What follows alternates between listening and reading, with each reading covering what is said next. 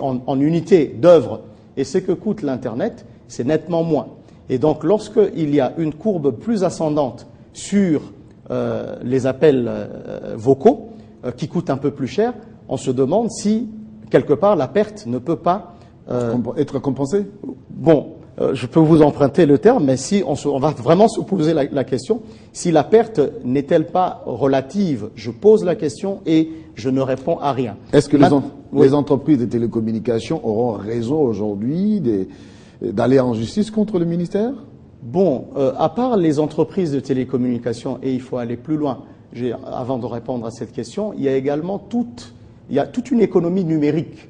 En fait, toute l'économie qui s'agrège sur les moyens des télécommunications. On s'est rendu compte que les distributeurs automatiques de billets fonctionnaient avec l'Internet. On s'est rendu compte, pour certains qui le savaient et d'autres pas, on s'est rendu compte que, par exemple, la billetterie de l'aviation civile fonctionne avec Internet. Mais il y a un fait, c'est que pour ce qui concerne les indemnisations ou les réparations, quand on agit sous le couvert de la loi, il est enseigné, là je reviens dans ma peau de juriste, que le couvert de la loi est exonératrice de responsabilité. Et puis les opérateurs qui ont agi sous le couvert de la loi et sous l'ordre qui leur avait été donné sont couverts par le fait du prince.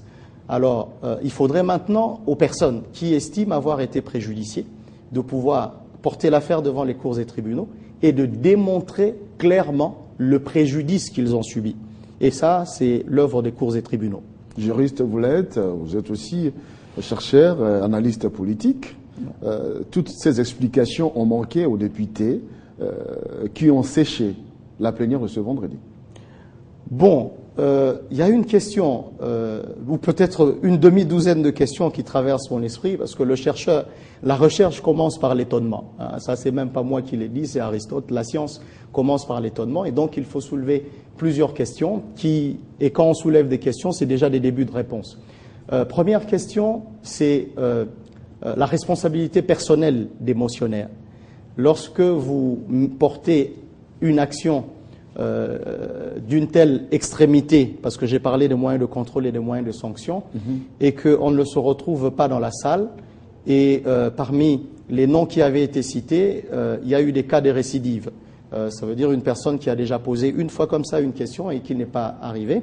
Je pense que ça, il appartient au bureau de l'Assemblée nationale. Quand je lisais... C'est arrivé à l'époque où vous étiez Durkaba à l'Assemblée nationale avec l'honorable Bechab?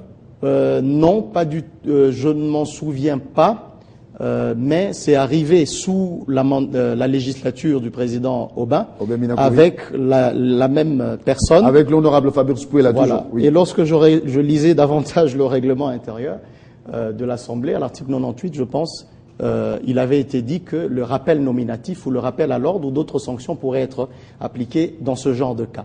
Mais maintenant, une motion qui a été ainsi déposée, est-ce la propriété de la personne qui signe en premier sur l'ordre de 52 personnes, ou est-ce une motion qui appartient en copropriété aux autres?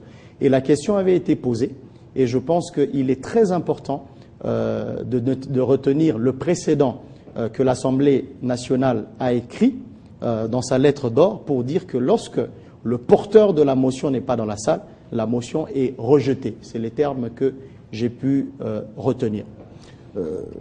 La décision prise par le vice-premier ministre par rapport à vos explications a sauvé la nation.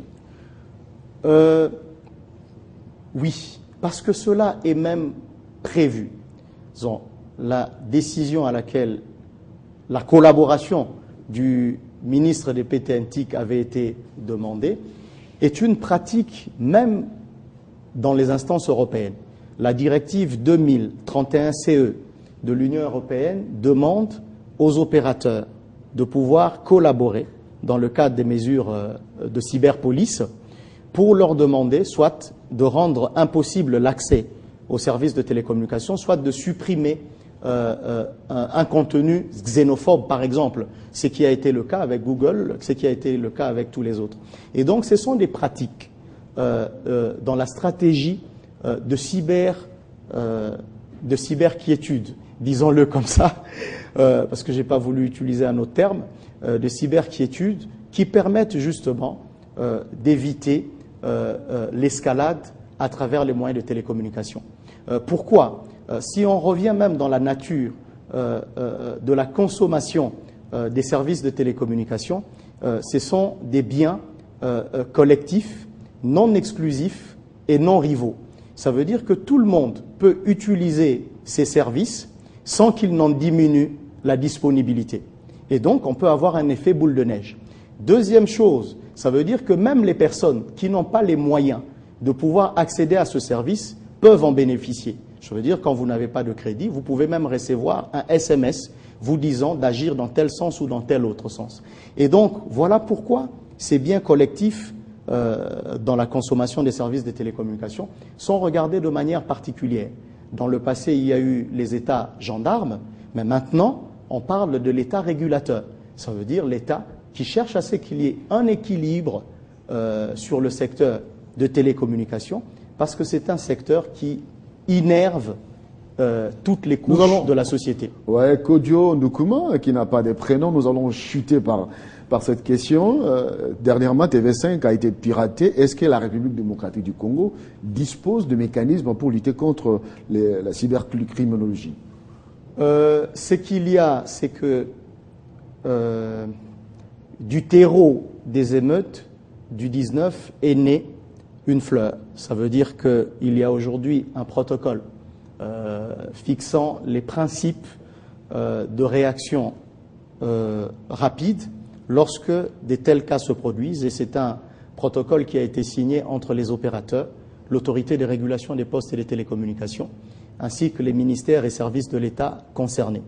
Et donc, aujourd'hui, je pense qu'il y a un plan de contingentement qui existe, mais il faut arriver à mettre en place ce qu'on appelle le CIRT.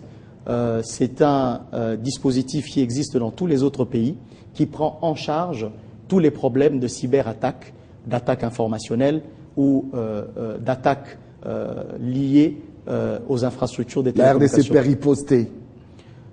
Oui, mais il ne faut pas, je pense, moi je ne suis pas professionnel de la sécurité, mais je pense qu'il existe des dispositifs dans un pays où nous avons 22 millions de consommateurs et que la même information donnée tout de suite par mon SMS peut atteindre 22 millions de personnes. Je pense que les gens qui veillent sur nous tous, qui veillent sur notre sommeil, ont déjà pensé à la façon de pouvoir agir. Et de toutes les façons, il est assez facile, pour terminer, d'agir sur un réseau lorsqu'on en connaît l'architecture. Il y a une tête de réseau, il y a un réseau de transport et un réseau de raccordement. Donc, à chacun des maillons de l'affaire, on sait Merci. agir. On sait agir. Merci beaucoup, Kodio Ndoukouma. Vous n'êtes pas ivoirien, vous êtes congolais. Congolais, Voilà. de père et de mère. Il ne faut pas confondre avec Quadio, c'est l'Afrique. Mesdames et messieurs, ça n'est donc fini avec APJ aujourd'hui. Nous avons parlé de la question sur l'interpellation, la motion de défiance contre Thomas Louaka. Les députés ont séché la plénière. Nous avons eu un expert qui a donné des explications sur le plan NTIC avec beaucoup de précision. Moi, je vous retrouve prochainement avec le même plaisir. Au revoir.